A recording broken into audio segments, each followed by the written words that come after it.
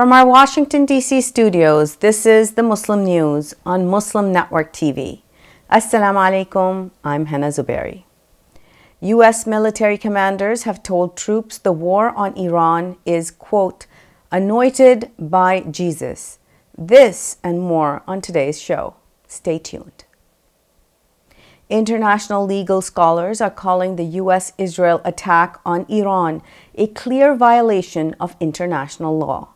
They say that the strikes breach the United Nations Charter, which bars the use of force unless approved by the UN Security Council or carried out in self-defense.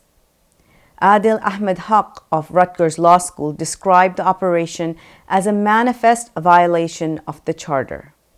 He also says Iran violated the same law by launching drone strikes at U.S. allies that were not part of the attacks.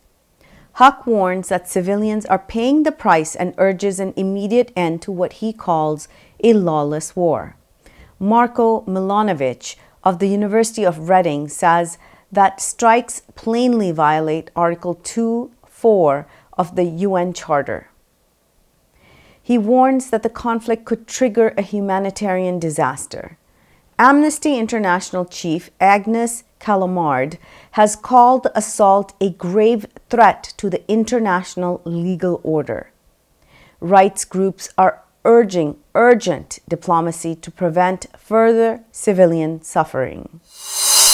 Iran says it has shot down another American F-15 fighter jet as tensions escalate across what is called the Middle East, but is properly termed West Asia.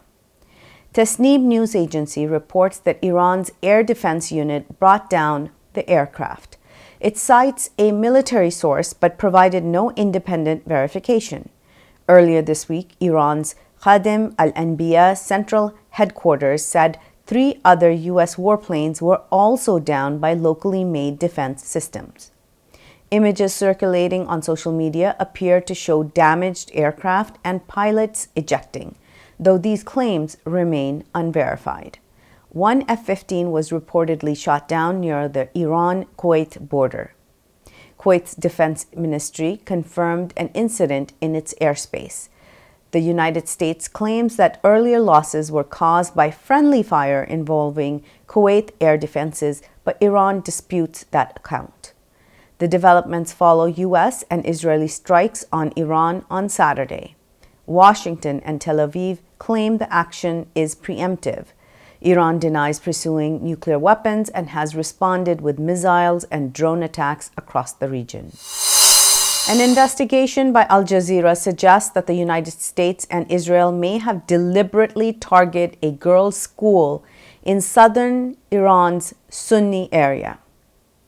The strike took place on the morning of February 28th in the city of Minab near the strategic Strait of Hormuz. Missiles hit the Shajare Tayyibeh school just after classes began. Iranian authorities say 165 people were killed, most of them girls between the age of 7 and 12. At least 95 others were wounded. U.S. and Israeli officials say that they were unaware that the school had been struck. Some pro-Israel accounts claim that the building was part of a Revolutionary Guard facility. However, Al Jazeera's Digital Investigations Unit reviewed more than a decade of satellite images, geolocated videos, and open-source records. The findings showed that the school had been physically separated from a nearby military base since 2016, with its own walls and street entrances. Video evidence shows 2 distinct impact sites, one inside the military compound and the other directly on the school. Investigators say that the pattern suggests either a grave intelligence failure or a deliberate strike on a clearly civilian site. U.S. military commanders have told troops that the war on Iran is, quote, anointed by Jesus and part of a path to Armageddon. According to a religious freedom watchdog, it has received more than 200 complaints from service members across the Army, Navy, Air Force, Marine Corps, and Space Force. The Military Religious Freedom Foundation, or MRFF, says that the complaints span more than 40 units and at least 30 installations. MRFF's founder, Michael Weinstein, says the issue reflects growing Christian nationalist influence within parts of the military. One combat commander allegedly told non-commissioned officers that U.S. and Israeli strikes on Iran were part of God's plan. The commander reportedly said President Donald Trump was, quote, anointed by Jesus to trigger Armageddon and mark Christ's return. A non-commissioned officer who filed a complaint described repeated references to the Book of Revelations during briefings.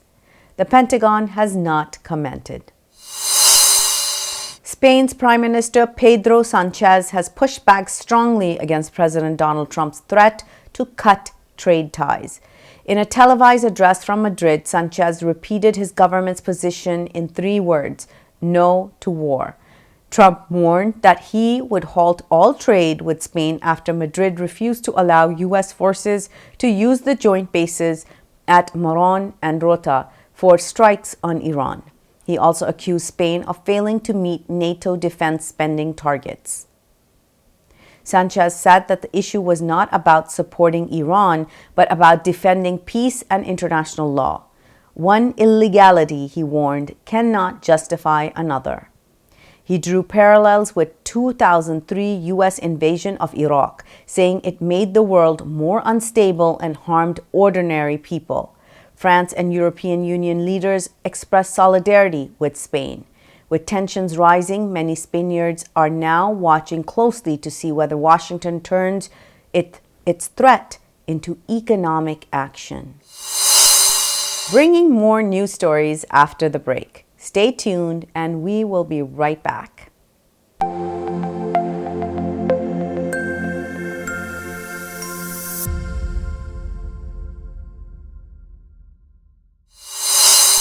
The U.S. Supreme Court is hearing arguments in a closely watched gun case. At the center is Ali Daniel Khamenei, a Texas man who admits to using marijuana several times a week. The Trump administration portrays him as a drug dealer with possible terrorist ties and a marijuana habit. But he's not being prosecuted for any of those allegations. Instead, he's charged under a federal law that bars people with a drug addiction from possessing firearms. That offense carries a sentence of up to 15 years in prison.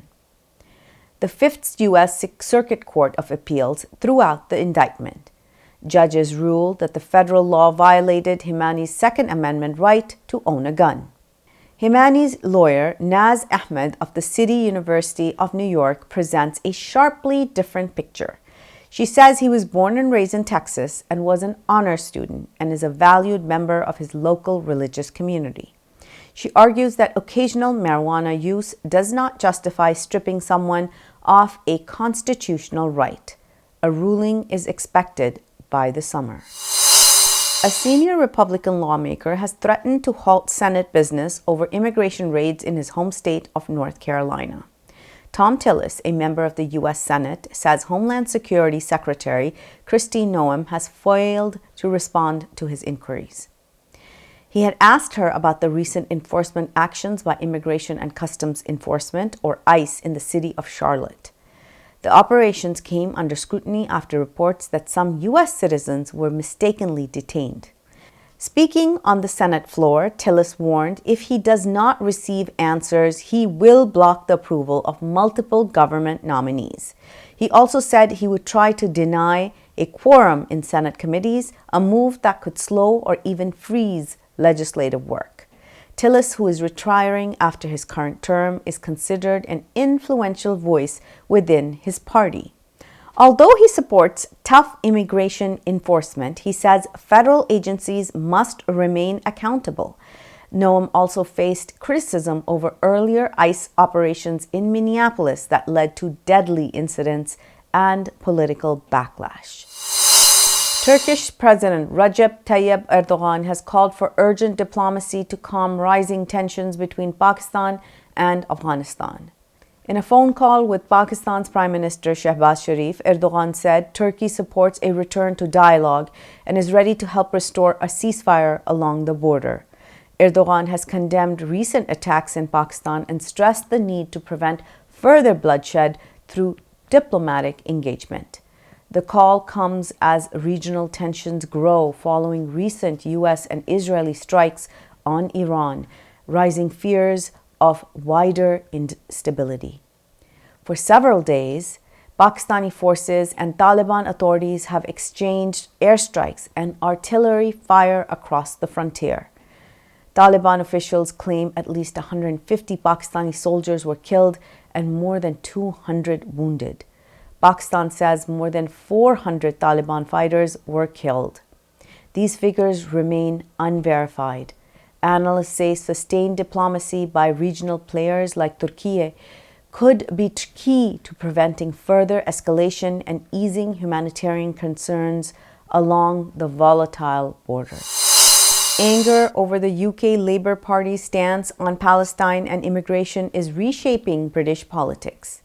The shift was clear in the Green Party's victory in Gorton and Denton in the recently concluded by-election. Experts say many Muslim voters who once backed Labour moved to the Greens, but frustration over the party's position on Israeli genocide in Gaza created deep resentment in parts of the country. Experts say immigration policy also added to the backlash. Some voters criticize Home Secretary Shabana Mahmood and the government's plan to tighten settlement rules. Prime Minister Keir Starmer warned against what he called sectarian politics during the campaign. Labour and Reform UK claimed that the Greens targeted Muslim communities through mosque outreach and campaign messaging. The Greens say their win reflects wider support across the constituency. Analysts say Muslim voters, once seen as a dependable base for Labour, are now willing to look elsewhere. Australia's Senate formally censured Senator Pauline Hanson over remarks widely condemned as Islamophobic. Hanson, leader of the One Nation Party, suggested in a television interview that there is no good Muslims. The comment drew wide and swift backlash from across the political spectrum. The censure motion was moved by the government, accusing Hanson of making inflammatory and divisive statements that vilify Muslim Australians. The Greens supported the motion, and 2 Liberal senators crossed the floor to vote in favour. The main opposition coalition did not back the censure. The Senate leader said Hanson's comments were inappropriate but argued a formal rebuke should be reserved for conduct inside Parliament. A censure carries no legal penalty but is a symbolic condemnation by lawmakers. Hanson was not present for the vote but dismissed the motion as a political stunt. It is the second time in 4 months the Senate has formally sanctioned her. Muslim footballers at Manchester City in northern England are fasting in Ramadan while competing in the English Premier League.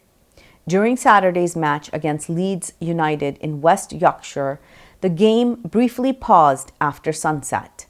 That allowed fasting prayers to break their fast with a meal at the side of the pitch. Manager Pep Guardiola says that the club respects religious tradition.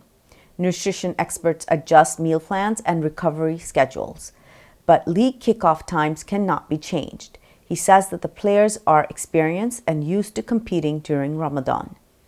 City previously has had prominent Muslim stars including Ilkay Gundogan, Riyad Mahrez, and Yaya Toure. The club also worked with Muslim chaplains who guide players on faith, fasting, and well-being. Ramadan ends with Eid later this month. Observers say for City's players, lifting a trophy would be a fitting celebration. That's all from our Washington, D.C. studios. Thank you for watching Muslim News. We are a community channel dedicated to bringing you stories you can trust. Please like, share, and subscribe to our content on YouTube. You can also comment to let us know what you think of our coverage. You can donate now by visiting muslimnetwork.tv/donate. Remember, we're a community channel like PBS, so run on your donations. For more content, please keep watching Muslim Network TV. Assalamu alaikum.